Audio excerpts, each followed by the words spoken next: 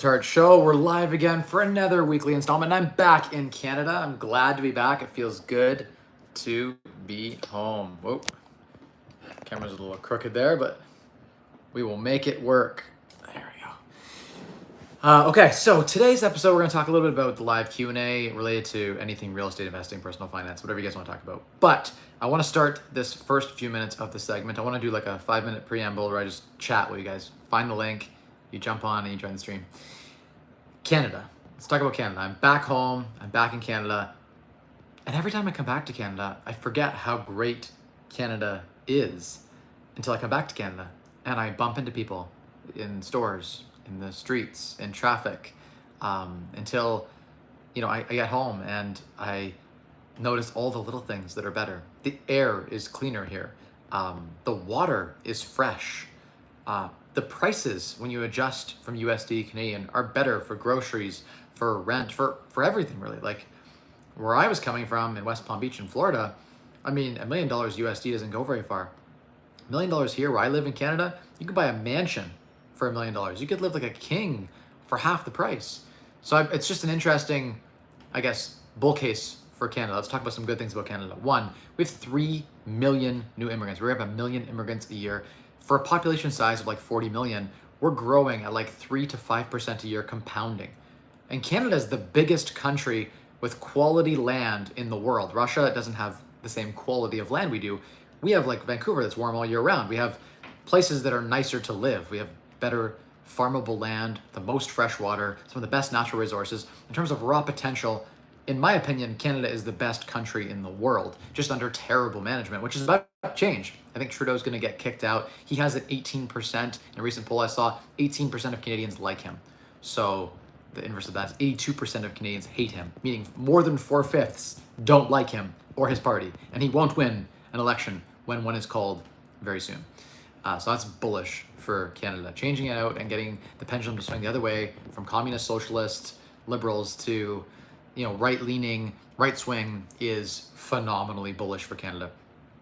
Government just came out and backstopped Canadian real estate. They are now increasing the Canadian Mortgage Housing Corporation, CMHC, is coming out and saying, hey, instead of $1 million minimum, it's now $1.5 million. We're going to allow mortgages up to $1.5 million, which is going to allow real estate to float. 30-year amortizations now instead of 25, which means we can spread our payments out over longer periods. Our rates in Canada are now, we're seeing teaser rates at 3.99% for a mortgage. The most common mortgage being a 5-year fixed rate term is now getting promo teaser rates of 3.99%. Next year, we're going to be at 2.99% in the spring. I'm calling it here. That's bullish for Canadian real estate. In general, lifestyle in Canada is better. In general, people are kinder. There's something nice about, like, if I fall and get hurt, everything's covered. I go to the dentist for something, my dental work is covered. I go to the hospital and I get stabbed. It's $1 million bill. Covered. I have cancer and expensive treatments. Covered. In the United States, we went for a rash to the ER for a quick visit. It was like $1,900 for 20 minutes. And I waited 2 hours to be seen. In Canada, I wait 3 hours, the same thing, and it's free. And that's a big difference. I mean, at a certain wealth level, I could argue that there are other countries to go to. But if you're middle class in Canada, let's talk about the tax system here. Because everyone rags, like the number one thing driving out entrepreneurs, something like a quarter of all the top 5% of Canadians that left during COVID. COVID forced a lot of really wealthy people out because wealthy people value their freedom. We want to be able to spend the money that we have and live a good quality of life. And Canada had lockdowns and it was terrible. So a lot of our wealthy people fled Canada to places like Florida. The number one immigrant in Florida is a Canadian. The number one foreign buyer in Florida is a Canadian. So Canadians actually are a big influence in Florida and in the United States in general. Trying to build a bull case here for Canada. And I like both. I invest in Canada. I have several now. I have several hotels. We have a new resort we just picked up as well here in Canada. It's a $10 million project. It can be a $40 million project if we can get the land developed how we want it to be. It's about 30 minutes outside of London in St. Mary's. So we're excited for that project. I'm hopefully gonna be able to bring investors onto that at some point. But anyway, I'm also bullish on the US. I like what's going on there. That I like that the real estate market has been steady and solid because they didn't have the same, like when rates went crazy here in Canada, real estate in Ontario dropped 25-30%. So that, I think, provided an opportunity, what I call an opportunity zone, because our rents went up. When rates went up, rents continued to skyrocket because inflation went 20-25%. But at the same time, prices fell. And so there's a real opportunity, I think, in Canada where there isn't as much opportunity potentially in somewhere like Florida. Now, there are challenges with Canada, don't get me wrong. We have a lot of things that are not great here that need to be fixed. But in terms of like a growing population, a lot of opportunity for business, the majority, and this is like one of the biggest things I wanted to say for last, the majority of Canadians are, there's a level of integrity in doing business in Canada. People don't sue each other. When you say you're gonna do something, you do it. People have handshakes, they honor them. In the US, there's a taillight warranty for everything, and everyone's out for themselves. It's a difference in culture that doing business in both places, I was shocked at. And people talk about regulation in Florida. There's more regulation in Florida than there is in Canada. The building departments are worse for renovations and permits. You have monthly and bi-weekly reporting in terms of like your short-term rentals and things like that. In Canada, you do once a quarter. Some people have to report once a year, that's it. We don't have monthly reporting here. It's totally different. A lot less regulation in the short-term rental space in Canada. Evicting people took a long time in Florida. In Ontario, the system's getting overhauled, thankfully. Our Ontario Premier has come out and said, hey, you know, they're going to come out there and revamp the landlord-tenant board system because it's not fair for landlords. It's swung the other way now, which is good. Bullish, again, for Ontario real estate. There's a number of things that I think, like, I can't think of all the points right now, but like when I was just laying in bed the other night, I was thinking like, how great is Canada? When you talk about a tax system where you can collect like a 12%, you pay a 12% tax, you can defer tax. In Canada, one of the most overpowered things about Canada is gifts are unlimitedly tax-free. Unlimited tax-free. In the United States, you win something at the lottery or you give a gift to someone, there's tax. There's no tax in Canada. You could gift your mom $1 million tax-free. You gift your friend, your best friend. You say, hey, I want to gift you $100,000. I like you, you're a good friend, I'm just gonna give you 100 grand. No tax consequence, none, zero.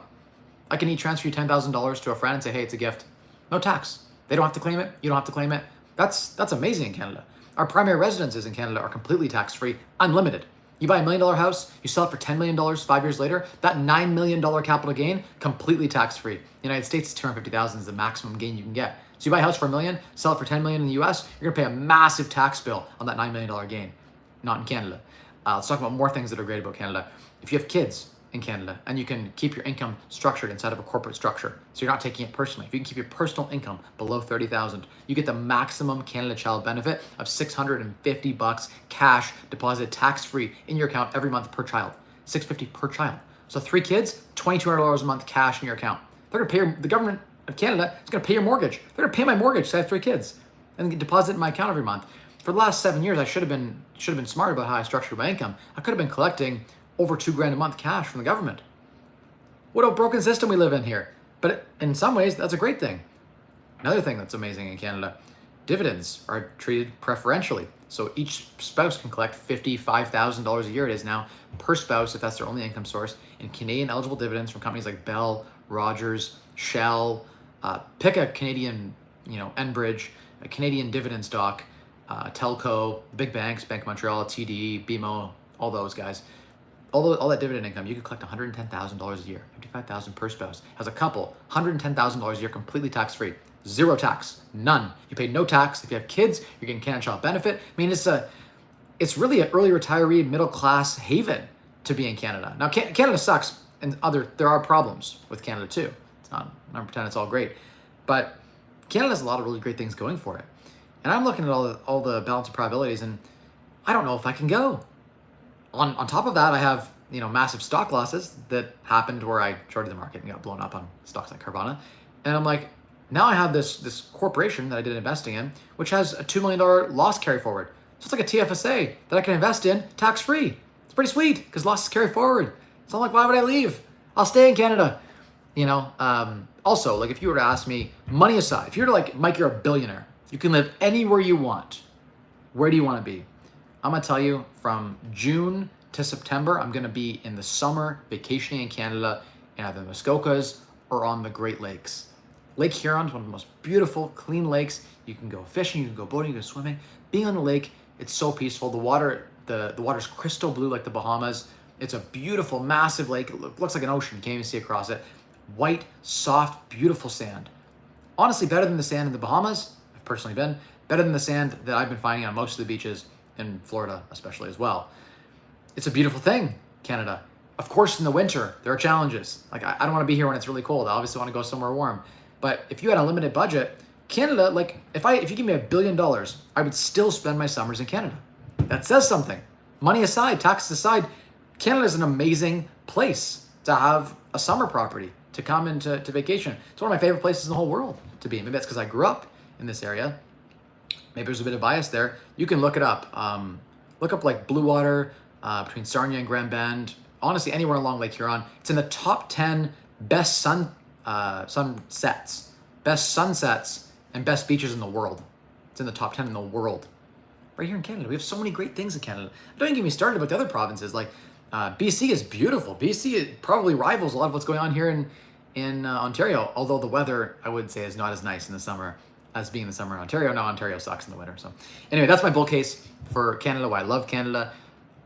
A lot of YouTubers and Instagram guys that teach content on real estate are leaving Canada and talking about how much Canada sucks. And that's the common narrative theme. So being the contrarian devil's advocate that I am, I want to talk about some of the other great things about Canada that draw millions of people a year to Canada and tens of millions trying to apply to get into Canada for good reason. It's one of the best passports to have in the world. Did you know you can literally leave Canada and they don't take your passport away? I can go move to Bali. I could move to like the US. I could move to Bahamas. Bahamas is completely tax-free. And I get to keep my Canadian passport, which is welcome in almost every country in the world and treated like gold. They don't tax you. If you leave Canada and you live outside of Canada 8 months a year, let's say 9 months a year, your primary residence is some other country, Bahamas, US, Thailand, Dubai, whatever. You get to keep your Canadian passport. If you're an American and you leave, they make you renounce or pay tax back to the United States. Canada doesn't do that. Like, hey, if you're not gonna live here full time, you're tax-free. Keep your Canadian citizenship, you're tax-free. You get cancer or something, come on back to Canada, start paying tax. You can live in Canada anytime, you're welcome back. Free healthcare again. So you can leave, not pay tax, and come back whenever you want. Canada's here with open arms. It's a beautiful country. It's one of my favorite passports in the whole world. I recommend everyone have a Canadian passport as their first passport, not their only passport. You should all have a second passport. Shit can hit the fan. Who knows what can happen? We saw during COVID the overreach of the government. So I'll leave that there, saying that, like, as much as I love Canada and as great as the bull case is for Canada, in the next 10 years, we're building 1/10 of the current housing supply that we need. 1/10. We need 10 times more units per year than we're building for the next few years. There's a huge deficit that exists. That creates a pressure as rates fall that is, in my opinion, only going to push real estate prices up. Let's also not, I guess, there's an elephant in the room, the inflation elephant in the room, which pushes real estate prices even further. And I think in Canada, we're gonna have more of that pressure cooker energy as they brought minimum wage almost to $17 an hour now. It's just gonna force rents up, which inevitably forces the cap rates. I guess the cap rates are a function of income. So when you increase the rent, you increase the value of all the multifamily real estate. So yes, and inflation and cost of everything has gone, through the roof. So there's anyway, I'm gonna go to the Q&A now. The style is gonna be more like, I just wanted to get that out, share a little topic every video, every week. I'm gonna try to be within like a 20-minute, more pithy, more quick for my YouTube lives. So if you guys are enjoying this style, I'll try to do it a little bit more like this now and just see if the engagement increases. Hey David, how you doing? Hi from Alberta, he says. Gurinder says, hey, Mike Hopewell as well. What's your long-term forecast on London in terms of real estate prices? London has priced out a lot of cash flow. London has its challenges in terms of like, a lot of stuff doesn't make sense. I look on the MLS and I see a lot of stuff that's very, very expensive. I am bullish on London in the long term. In the short term, I think there's a buying opportunity here. There are better cities to buy in for sure. But I like London because I'm here, I'm local. I know the market, I have an edge here. I continue to buy properties here. We just picked up a fourplex in downtown that's 435 grand.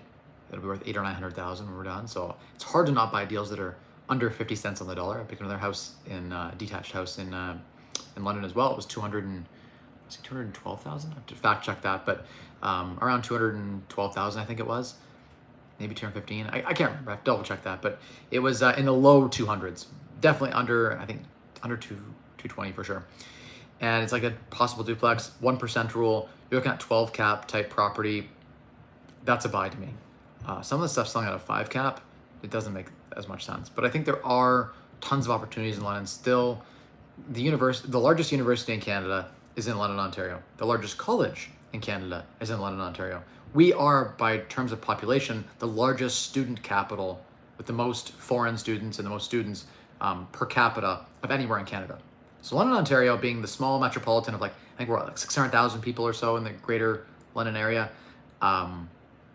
You know, we're not huge, we're not Toronto, but one of the top 10 cities in Canada, in my opinion, poised with a ton of talent coming out, a lot of great talent coming out. I still think London has a diverse economy and a lot to offer. I like Sarnia too. Sarnia is really cheap right now to buy, and we just picked up 11 buildings in Sarnia, and I'm gonna keep buying more in Sarnia. It's where I'm from originally, is Sarnia, Ontario. I lived there for many years in my childhood. And Sarnia has a lot of problems, a lot of drugs, a lot of homeless. In fact, I'll give you a story. Today, one of our properties got the door kicked in, they broke the deadbolt, came in and cut the copper water lines and the copper electrical right out of the house. Like, fucking nuts. That's that kind of stuff happens. When it's tenanted properties, you're safe, but this one was a vacant one that we're flipping, transitioning, and it was in a really rough area, right near the homeless encampment at the park that's nearby. And so, you know, it was an easy target. But I think there's a lot of potential there. I'm buying houses for 150, 175 grand that can duplex and rent for 3,000 a month. That's a 20 cap rate. How can I not buy in Canada at $150,000, $200,000 for a detached property? I mean, I can't not buy these up, right? I think the value long-term in places like that is just unreal. In Canada, right, anywhere in Southwestern Ontario, a great place to be near Toronto. So yes, I'm bullish. I think there's a number of bullish factors that will drive prices up. In 2022, I was bearish. I sold all of my real estate almost. I had a couple of properties left, but I sold almost all of my real estate in 2021, end of the year into 2022. Things seem too frothy. Rents have come up significantly since then. So that has made it less of an imbalance, but extremely, extremely bullish on like anything near the water too, like the cottage country area. I'm so bullish on. It's a shame I'm selling a few of my properties off there because there's some JV troubles. Anyway, my dad and I got into a couple properties together which we're selling off, and you know, there's challenges with cottages, especially with Airbnb right now, but it will turn, and those will be, I also am bullish on the long-term prospects for those types of properties. All right, next question. Someone says, thoughts on Dorchester is a good short-term, long-term investment. I don't follow Dorchester much, to be honest with you, Sanam. It's a small sleeper town outside of London. It is off the, I don't know. I don't know a ton about it. I don't love Dorchester. I don't know a lot about it. Do I know about the new Pine Mill subdivision? $1 million homes on small lots justified? I don't think so. I think you get much more value in, say, West London, where you can get, like in West London, you can pick up a house for 600 grand. The area is way better in all of West London. So personally, I think there's better value areas in the city than Pond Mills, personally. Doesn't mean I wouldn't buy a property. Anywhere I can buy a property where it's under the current comps significantly enough, I will buy. So people are like, well, Mike, like, would you buy in East London a piece of trash? I'm like, yes, I would, if the price is right. It all comes down just to the numbers. And a lot of real estate too, beyond the numbers, is logistics. Like as an example, I have a property in Lake City, Florida, that we want to sell that has 2 houses on it. One of them needs renovation, it's offline. The other one's rented out for like $1,400 or $1,500 a month plus utilities, tenants pay the utilities. We're trying to sell it off for 149 grand, 150 grand, something like that.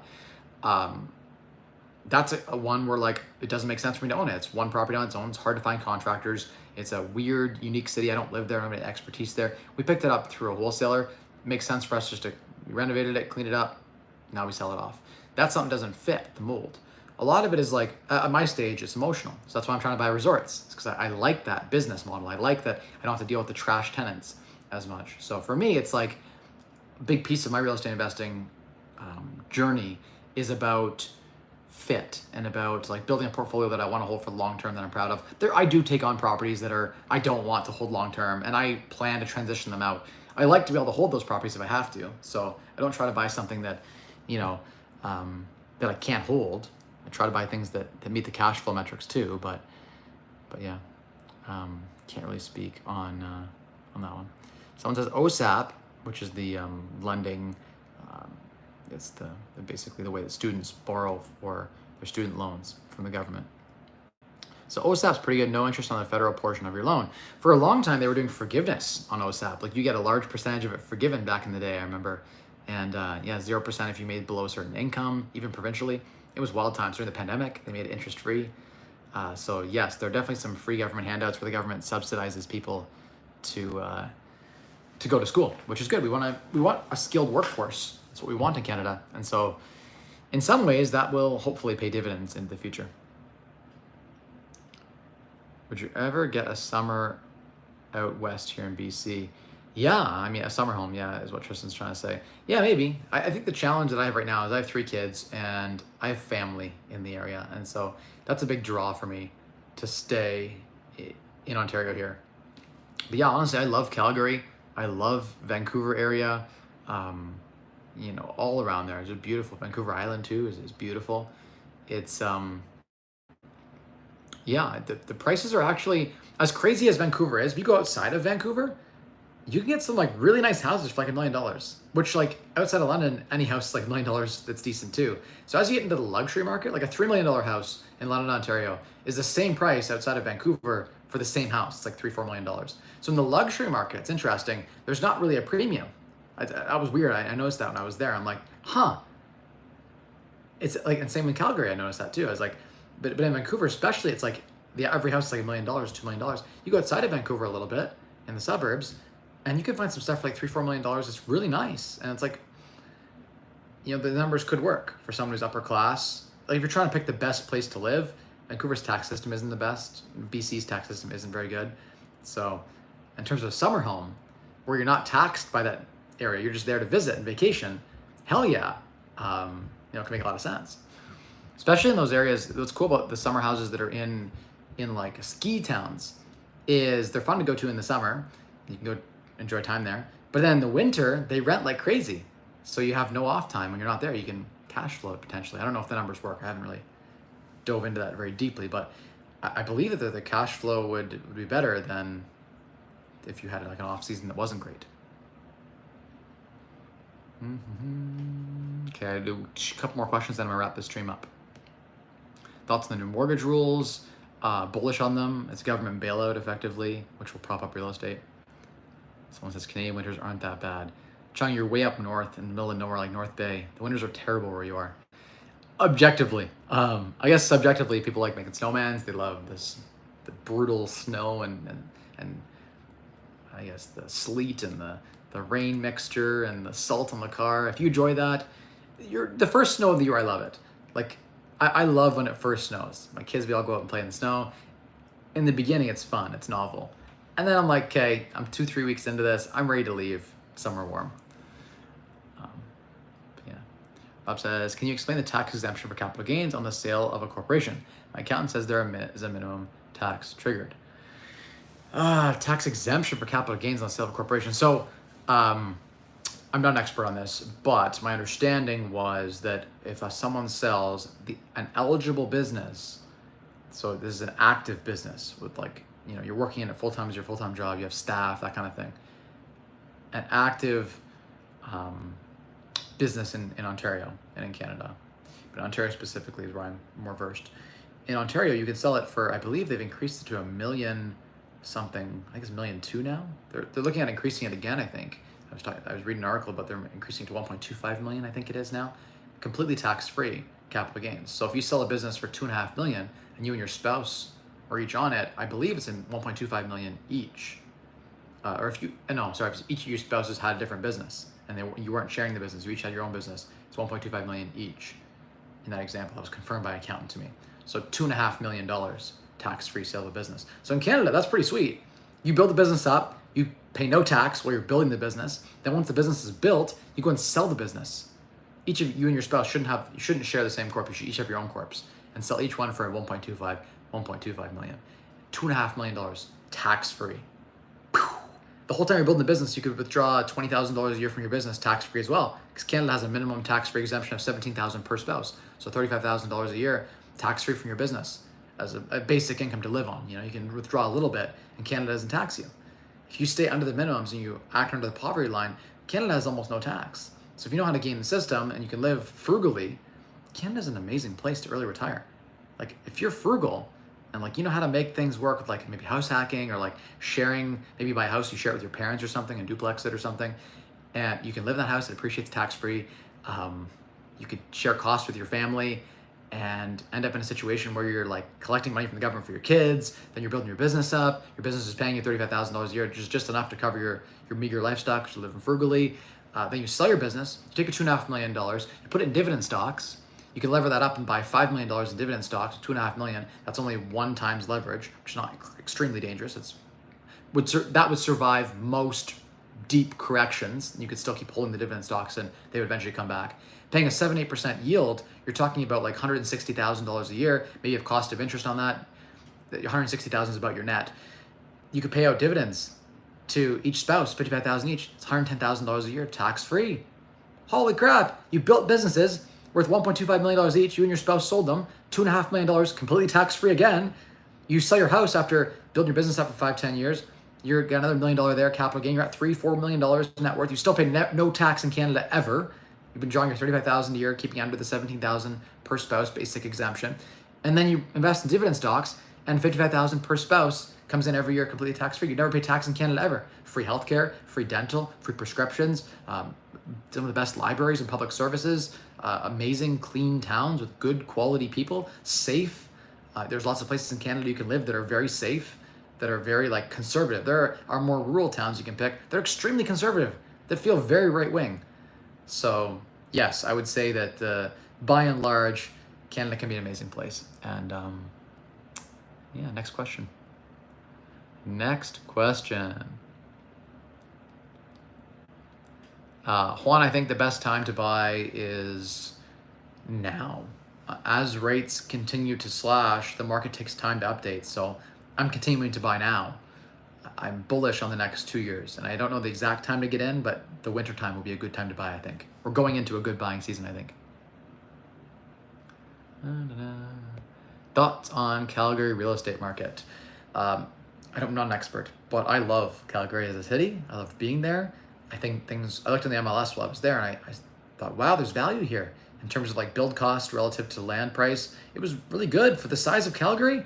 You could buy a good house for like $500,000. I thought, Canadian, so that's like 300,000 USD to live in a 7-figure population. I think Calgary's got Greater Calgary area's got more than 1 million people. I'm pretty sure. It feels like a Toronto. Like when you're in the city, it feels like a better version of Toronto, cleaner, nicer. I was there in the summer, so maybe that was my personal opinion, but it was biased in some way because of the time of the year that I went. But I go to Toronto and I can't wait to leave. It's the shittiest city in Canada.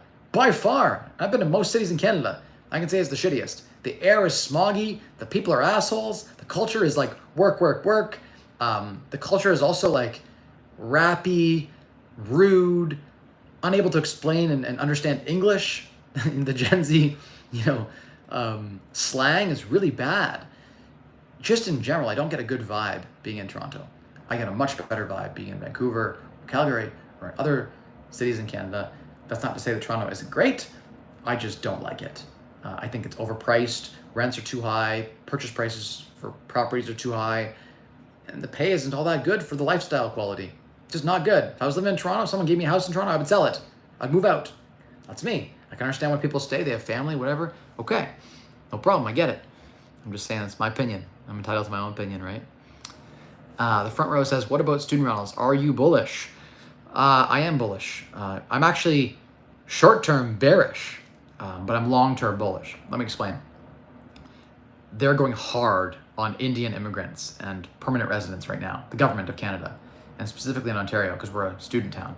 And they're cutting a lot of visas, and they're kicking out a lot of these foreign immigrants, because Canadians are pissed off that we took in all these foreigners that don't know how to assimilate to our culture and our way of living.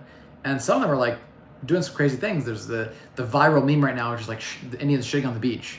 It's like you see it everywhere on social media. It's like, stop shitting on our beaches or whatever. Like that's one of the things that's going viral right now. It's created like a NIMBY environment, and not in my backyard is NIMBY, a NIMBY environment where people are upset about taking on so many new people into a place. And over time, I want these Indian immigrants here. I want immigrants in Canada. It's a good thing. But we also want to create a program where when they get here, they're supported to support each other and the economy. and to learn how to be Canadian. Instead of coming here and trying to make a little India in Canada, we want them to be part of our culture and to learn the way that we do things and for us to work together to build a better Canada. Canada was built on immigrants. So was the United States. They were just Irish and British and whatever else from the Second World War and before, right? It's okay to have different people, different mindsets, but we can't go in with the mindset that like, you can't adapt. You have to be adaptive and you have to work with the things that you have here and the cultures that you have here. And our culture is going to shift as a result of these new people coming with new ideas and new ways to do things. And our infrastructure is not set up right now with the right investments to handle these people. So we have serious problems in our infrastructure in terms of our social services and things like that. There are real problems. 1 in 4 Canadians is hungry right now. We're under terrible management. We have no need for that. We're a very rich country. We could easily exploit our natural resources to build great wealth for Canada. We could reposition Canada. If we had better tax policies, everyone would want to come to Canada. If we were to encourage entrepreneurship, we would have a plethora of jobs and development and tech would come here. But we're under terrible leadership. And that is a transitional thing that sort of ebbs and flows. And I think that we're going to swing the other way and probably lean more right in our government in the coming 10 years. And Canada will be a great place. I mean, in the 90s and 2000s, Canada was actually outpacing a lot of other places. And we were growing like crazy. We had great GDP per capita growth. I think with all these immigrants, once they get settled and hopefully they become productive, we will have those same periods of growth for Canada. We're just in a lull right now. And I'm most bullish on a place when no one else is bullish on it. And everyone's bearish on Canada. I'm all in. I'm buying Canada because I think it's going to be a great place the next 5 to 10 years. I think there's a lot of potential. We're in a low. The mindset on the street is that Canada sucks, our tax environment sucks, our government sucks, everyone's bearish on Canada. That's when you want to be buying Canada. This is we're the value stock. Canada's the value stock. It's one of the best countries, economies, I think could be in the world. As we grow to 100 million population, we have the space, we could support 1 billion people on the Canadian footprint of land. I mean, Canada has a lot of really great things going for it. For a while, we were one of the top growing countries in the world. We had some of the highest lifestyle satisfaction ratings. Before COVID, we were even doing pretty well. In the 2000s era, there was a lot of growth in Canada and it was a great place to be. It's just we're in a rut under bad management and there's some bad culture and we just, what happens is weak men create hard times and then hard times create obviously stronger people that can rise up and bring Canada back. And I, for one, I'm all for it. Canada is doing terrible right now under terrible management. The last 8 years under Justin Trudeau have just been shit for Canada.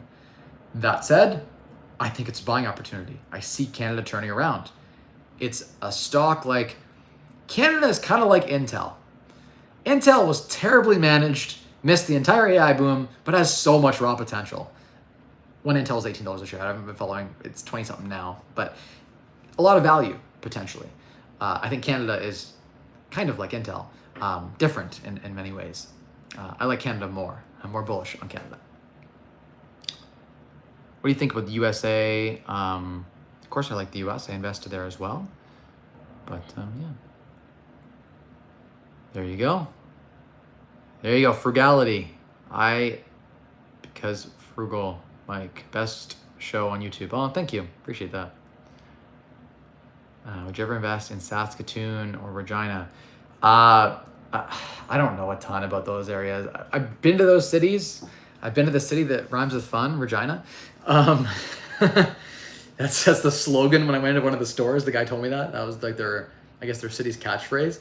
It felt very rough and blue collar when I was there. And not to say that it isn't a great province, but didn't feel like much was going on in the province. So I don't know how growth will be there. Ontario has so many great things going for it already.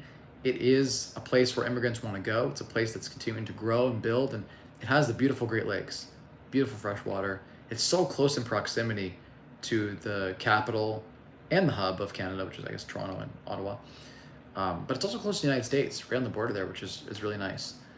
So I think that, we're so close to, interestingly, Detroit, Michigan.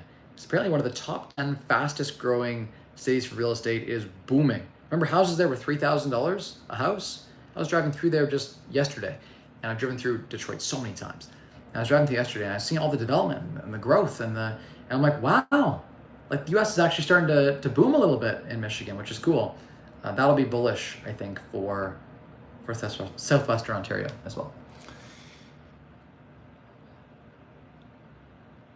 Someone says, the CEO says, Mike, do you want in on a 400 unit off market building in Florida? Maybe. I have to see the deal's prospects. Send me info at rosehartcapital@gmail.com. I'm happy to take a look at the deal. I'm pretty subscribed right now. Like we just took on, I have a $30 million portfolio in real estate now, which I didn't have a year ago. So we're like chewing all of what we've bitten off. But that's not to say that I can't put together potentially what you might need. I probably could source things that might be valuable to your deal, like raising capital or negotiating the deal further, or even some of the contracting design stuff or areas of my expertise. But yeah, who knows? Maybe there's something there. I'll never not kick a can down the road to see if it rattles. I'll never not try to take a bite to see if it tastes good. Noah says, can you talk more about how to pay yourself when self-employed or owning a corporation to minimize tax? Would you recommend paying a CPP at all or take 0T4 income? So I've never seen a scenario where it made a lot of, there's been very few scenarios where it's made a lot of sense to pay CPP and EI. People who are retiring sometimes will do it to max out their CPP before they retire. That's when it makes the most sense. You want to contribute, the way time value of money works is you want to contribute to, if you're going to collect your CPP, your Canada pension plan, you want to contribute to it because you need a certain number of maximum years to max out your CPP. You want to do that in the last few years before you draw your CPP, because then it has the least amount of time that the CPP has your contribution money to invest, because they don't invest it well.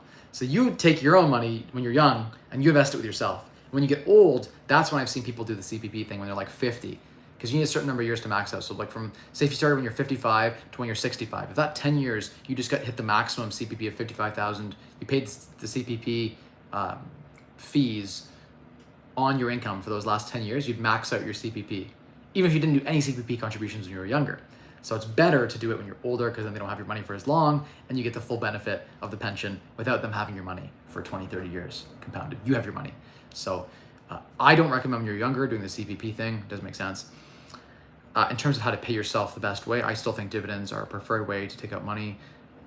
Another way is, as a self-employed individual, you could open up a self-employed thing and you could invoice your corporation. If you stay under 30,000 a year with your self-employed, if you're like your wife had a marketing admin business and she was your admin company and you hired her from your company and paid her, say, 30,000, 25,000 a year, you'd be under the minimum for HST, so she would not have to charge any HST on her invoices, and she could collect out 25,000 and income split effectively from your corporation to her personal income tax return. And so you could each do that and have your own corporations, your own sole proprietors that took income from the corporation and invoiced the corporation. That is one way I've seen where people income split. Again, I'm not an expert at all in tax. I don't want to give advice and get in trouble here. I know so little, just enough to get in trouble. So I don't want to talk to your accountant about the best ways to do things. It's very complex, and the more I learn, the less that I know that I know. It seems the case in most areas of study that I delve into. It's like the more I thought that I know, the more that I learn, the less that I realize I actually know about the topic. So, yes. That is true too. So I made a point about dividends not giving you RRSP contribution, but RRSP contribution isn't really that important unless you're earning really high income. So I would never contribute to an RRSP unless I was in a higher tax bracket than I think I'm going to be when I'm in my retirement. So I specifically don't contribute to my RRSPs. I did when I was working. When I had years where I was making 80, 90,000 income, it made sense to contribute to my RRSP. In the future, I'll take it out when I'm in a year where there's no income, or when my kids are older, because I don't want to lose my Canada Child benefit now that I figured that little hack out. I was missing that for so many years, and it's now something I'm going to start collecting. It's the Canada Child benefit of $2,000 a month, cash, tax-free into my account. So anyway, I went way long. I was trying to do a short stream and I went long. So thank you everyone for tuning in tonight. As always, I appreciate all the questions. I got through all of them, I think. And if I missed any, obviously shoot me a message, jump in the comments. If you enjoyed the stream, give it a thumbs up. If you're watching the replay, give it a thumbs up, share it somewhere. I miss you guys sharing the streams all around. It was nice when you shared them on your social media. It means a lot. that people still watch, and that you got value tonight. And if you got value on the replay, give me a thumbs up on the comment bar. Remember, the secret to unlocking wealthier you is 3 levers and control your financial future. Spend less, earn more, and maximize returns in the difference. That's it. That's the secret to unlocking your wealth. You have to spend less than you earn, and find ways to earn more with side hustles, and you gotta maximize returns in the difference as it grows and snowballs into your early retirement financial freedom portfolio. See you next week, guys. 7 to 8 p.m. Eastern Standard Time, and I'm Mike Rosehart on Instagram and Facebook. Blue check mark. Bye, guys. See you next week.